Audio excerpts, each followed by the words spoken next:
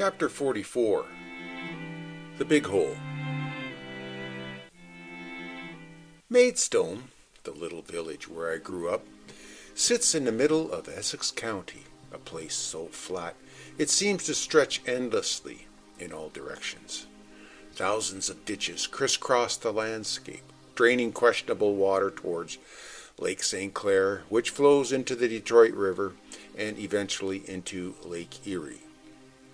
In this county, water is always nearby, no matter which direction you travel. The ditches of Maidstone, including the one beside my family childhood home, all drained towards one of the Great Lakes, though I was never certain which. My earliest introduction to water was through these ditches, murky, stagnant, and abundant. Before colonialization, Essex County was a heavily forested, mosquito-infested wetland. I doubt it bore any resemblance to what it looks like today. By the 1960s, only 5% of the county remained forested. Today it's less than 3% and still shrinking. Acres of corn, soybeans, and wheat now dominate this farming advantageous landscape. The county lies along the 42nd parallel, making it the southernmost point in Canada, at the same latitude as Northern California. Summers in Windsor are sweltering hot. Winters are overcast and bleak, with wet snow, occasional storms, and freezing temperatures that never seem to last. Natural hills are a rarity. Property lines are rigid right angles laid out in unnatural divisions superimposed over a land with no contours. Essex County is a vast prairie-like expanse of farmland broken only by ditches and wire fences.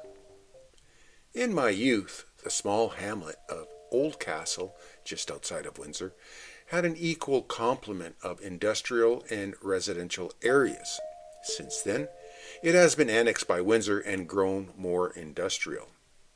In Oldcastle and behind an industrial complement of factories, there was a large pond known as the Big Hole.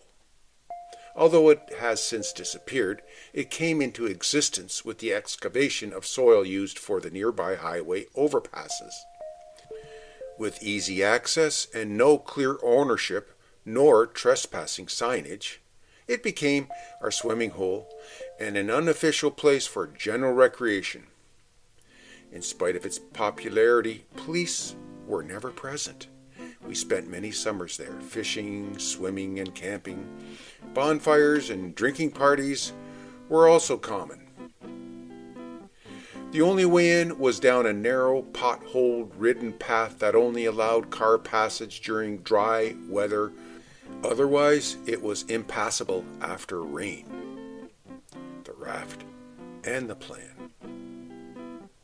In the summer of 1966, I was 11. My cousin and best friend Stevie was 13. He introduced me to the Big Hole and we decided on a grand adventure, a camping trip.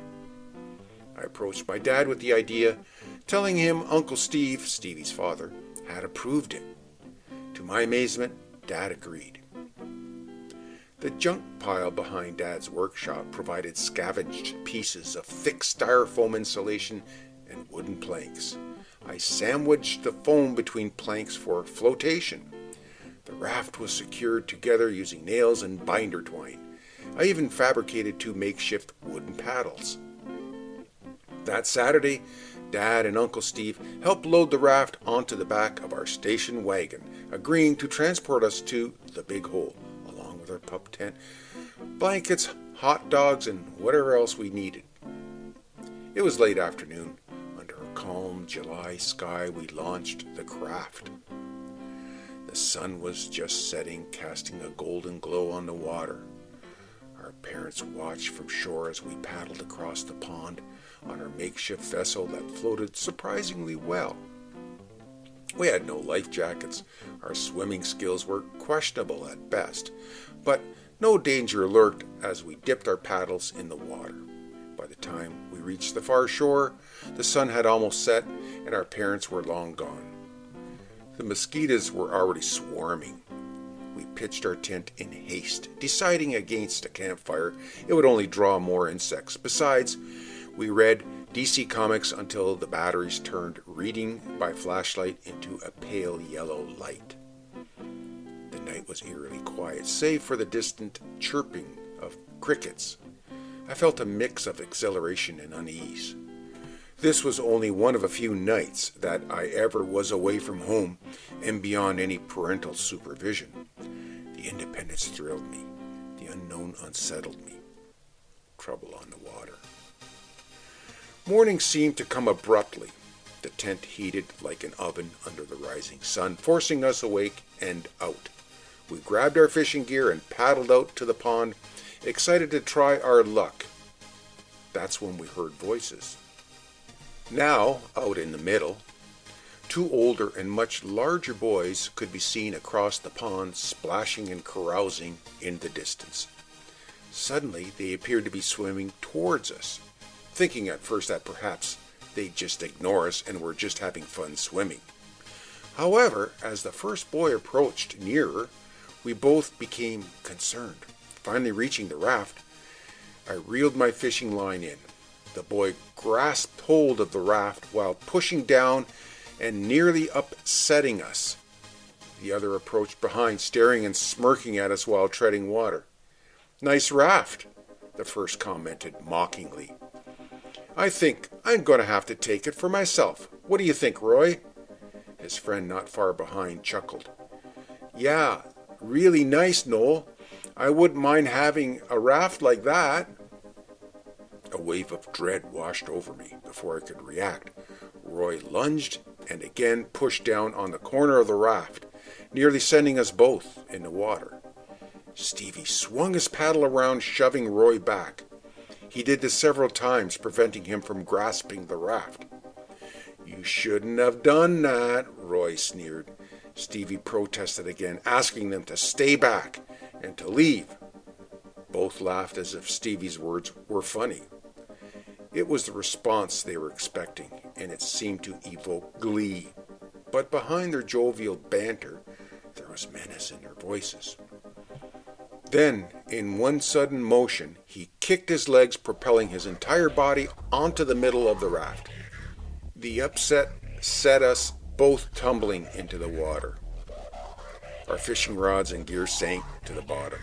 His friend joined him in an attempt to board as well, but their combined weight capsized the raft, causing it to turn over and over, nearly striking Stevie and I with each rotation. Both of us were now treading water. Roy kneeling on top of the raft with a raised paddle. He swung it hard, just grazing Stevie's head and causing him to duck below the water. His face came up coughing, having swallowed water.